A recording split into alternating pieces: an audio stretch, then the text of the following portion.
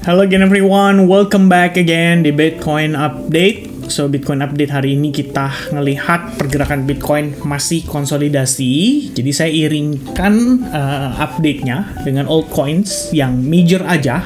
Jadi nanti kalau request kita pisahin ya di video yang berbeda. Nanti saya cek lagi di video Ethereum dan PopCap.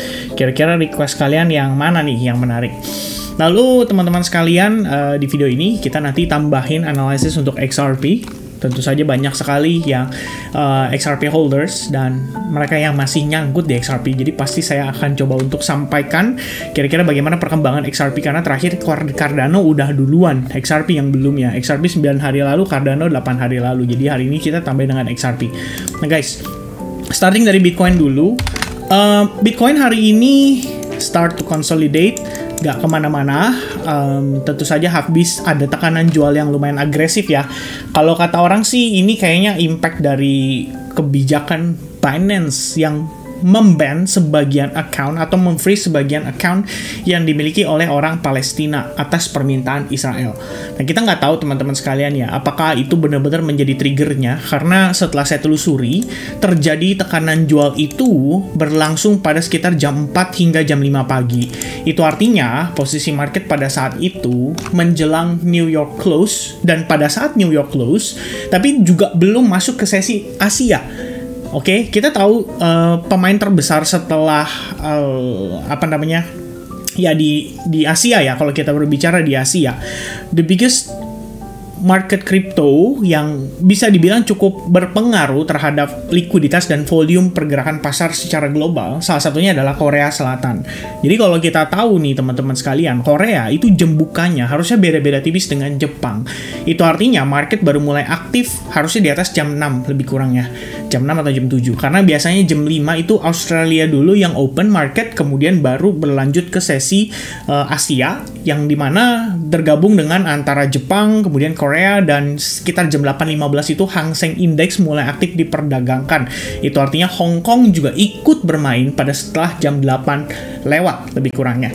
Tapi dam yang terjadi itu sekitaran jam 4, jam 5. Jadi kita nggak tahu nih apakah itu benar-benar impact dari Binance atau memang karena di sini ada manipulasi yang terjadi atau berlangsung pada market. Nah, sementara analysis masih seperti yang kemarin. Jadi seperti yang saya sampaikan, in case kita melihat Bitcoin start having a retracement, ada resiko lah kita bisa melihat Bitcoin kembali mengalami rejection. Ya, beberapa pertimbangan tersebut adalah kalau kita melihat di overall swing ini ya lebih mendominasi dan naiknya itu bersifat korektif.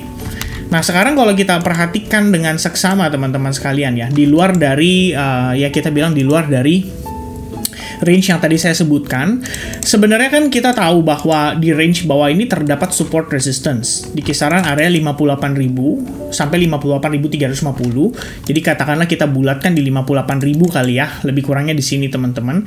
Dan support resistance ini so far di respect. Oke, ada beberapa kali kita ngelihat Bitcoin start untuk bergerak di bawahnya, namun berhasil bertahan dan rebound kembali, mencoba untuk pertahankan range area tersebut. Sementara di atas kita $60.000 itu juga merupakan level psikologis.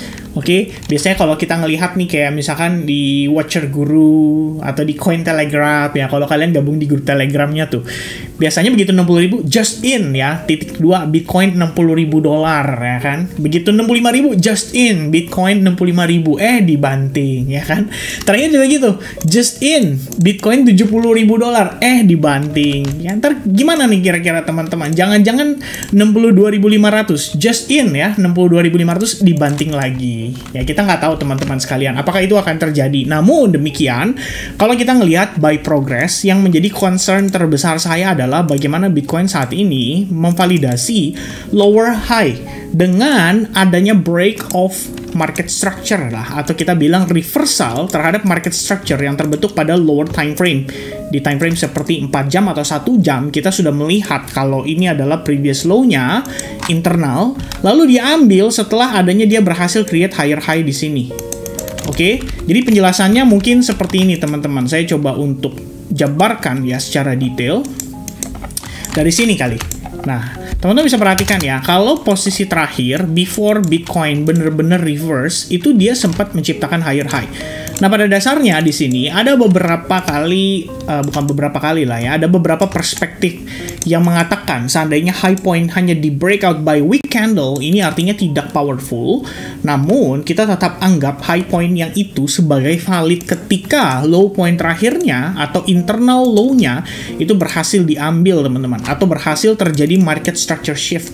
Jadi seandainya harga dia bergerak naik, menciptakan higher high kayak gini, lalu dia kemudian malah jadi lower low, nah itu jadi concern karena bisa berpotensi masuk ke dalam fase pullback bagi pergerakan struktur internalnya. Katakanlah di sini ketemu dengan high point ini. Ya, consolidate, dia create higher high, consolidate, create higher high, and then start reversal.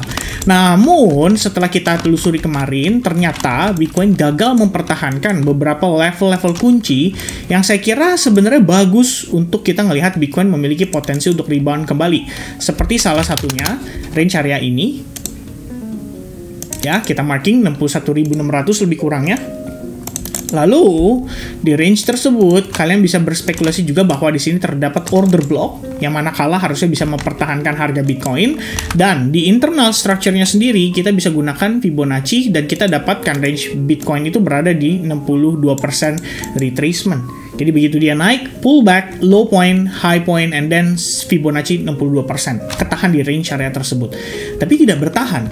Dan yang terjadi adalah tekanan jual terjadi dalam kondisi impulsif. Ya, kemarin saya sudah menjelaskan kalau ada kemungkinan memang ini untuk menghabiskan leverage dulu, melakukan likuidasi massal terhadap range di bawahnya.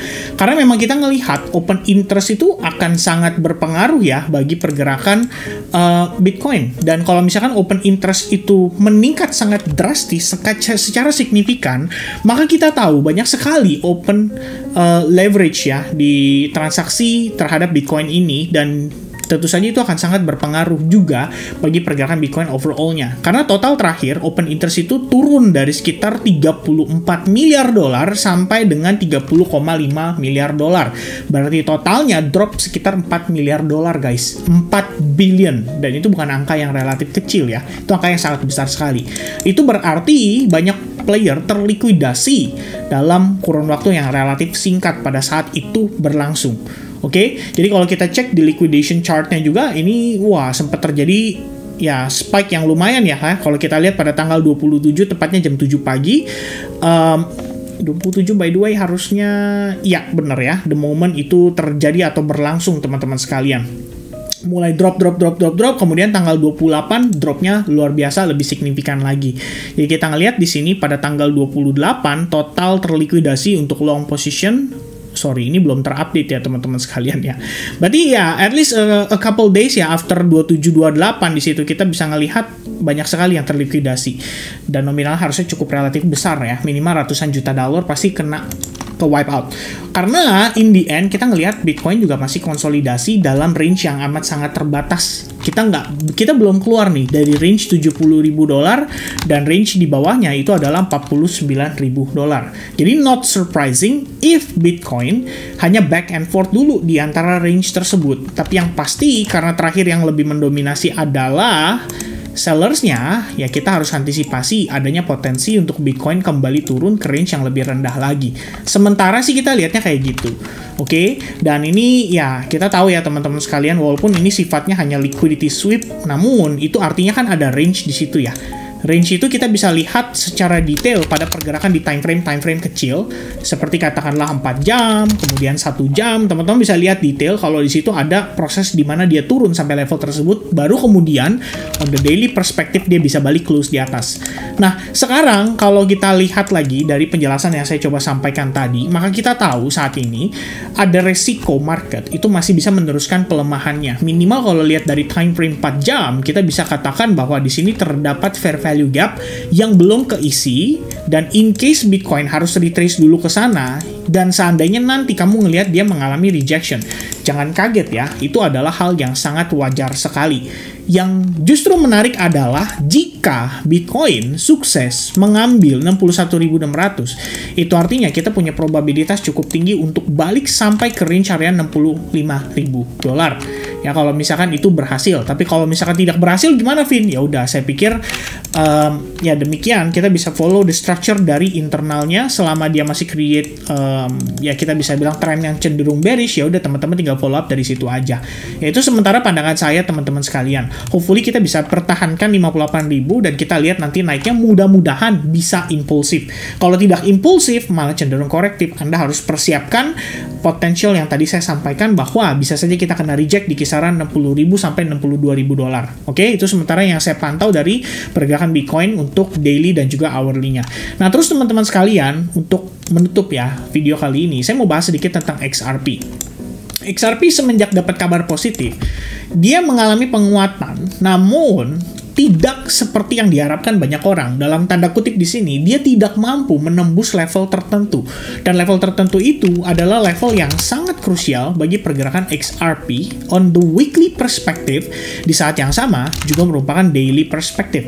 Ya, daily time frame, weekly time frame. Itu seluruhnya ya. Seringkali mengalami rejection dari level tersebut dan sepertinya so far masih kena respect, guys. Ya, at least kalau kita lihat di sini, bayangannya kan adalah dia membentuk yang namanya higher low. Setelah dia ada higher high, maka ekspektasi kita adalah dia menciptakan higher high. Karena sudah ada higher low-nya. Ya, namun sejauh ini XRP masih struggling, berusaha untuk breakout dari situ. Ya, karena memang wajar, ini adalah resistance yang sangat kuat sekali. Tapi ya good newsnya ya, sedikit good news ya teman-teman sekalian. XRP so far sekarang lagi konsolidasi. Bisa aja ini adalah proses di mana dia harus mempersiapkan momentum untuk persiapan dia breakout dan rally lebih agresif. Jadi ini adalah ABC, possible D, and then E wave. Baru nanti kita ngelihat ya. Mudah-mudahan ya, mudah-mudahan. Karena ini kita belum terkonfirmasi ya, kita belum melihat di sini dia bisa ketahan dan naik. Karena bisa aja teman-teman sekalian, ternyata kita hanya mengalami koreksi berupa ABC corrective wave, tapi yang mungkin relatif flat ya. Jadi kita bisa lihat di sini ada potentially dia running flat, di mana si wave-nya itu agak lebih di atas dari A wave-nya, atau jatuhnya expanded. Cuma kalau expanded harusnya si B wave-nya itu ngelewatin previous high. Jadi jatuhnya apa teman-teman? Pada prinsipnya ini dikatakan dengan bear trap ya. Ketika dia balik turun, ternyata bull trap, baru kemudian dia reverse dan naik. Nah, ini pada prinsipnya kita katakan ini dengan istilah expanded triangle ya, atau irregular triangle pattern ya, ABC. Nah, ketika kita ngelihat prosesnya seperti ini, jadi B-nya itu di atas dari high point sebelumnya, dan C-nya itu di bawah dari A wave-nya. Nah, ini sebenarnya menggambarkan proses di mana terjadi manipulasi yang agresif ya, di mana orang berpikir, wah ini bullish banget, ternyata bull trap. Ketika dia turun, wah ini bear banget, ternyata dia bear trap. Lebih kurangnya kayak gitu. Jadi kita masih konsolidasi di range yang amat sangat terbatas. Teman-teman tinggal ikutin aja bagaimana progresnya. Selama dia tidak turun yang impulsif banget gitu ya, maka saya pikir ini XRP harusnya sedang dalam proses building order, persiapan untuk dia rally lagi. Dan di saat yang sama teman-teman, kalau kamu mau mencari alternatif entry setup, seandainya nih ternyata dia tidak bertahan di atas area tersebut, maka kamu bisa mencari opportunity dengan memanfaatkan range area Fibonacci retracement dari previous swingnya, low to high. Oke, kita tahu di sini dia konsolidasi. Kalau dia break dan dia creating semacam pelemahan momentum, ya kamu bisa buy on weakness. Mungkin itu jadi consideration yang kamu bisa perhatikan untuk si XRP saat ini. Di time frame kecil, saya nggak ada komentar apa-apa. Karena di time frame besar kita lagi konsolidasi, ya di time frame kecil juga kita nggak bisa apa-apain. Ya technically kita cuma ngelihat XRP being XRP, ya, alias konsolidasi. Oke, ya kira-kira seperti itu teman-teman sekalian yang saya bisa sampaikan seputar Bitcoin dan XRP update hari ini. Thank you very much guys yang udah nonton video ini sampai finish. Semoga informasinya bisa bermanfaat. And once again, if you guys help me with the likes button, ya mungkin kalau di video ini bisa mencapai 500 deh ya, saya minta nggak banyak-banyak teman-teman. 500 likes button aja. Kita ketemu deh dia di weekend nanti di live streaming. Oke, so God bless to everyone and I'll see you guys again in the next update. Have a nice day guys. Bye bye.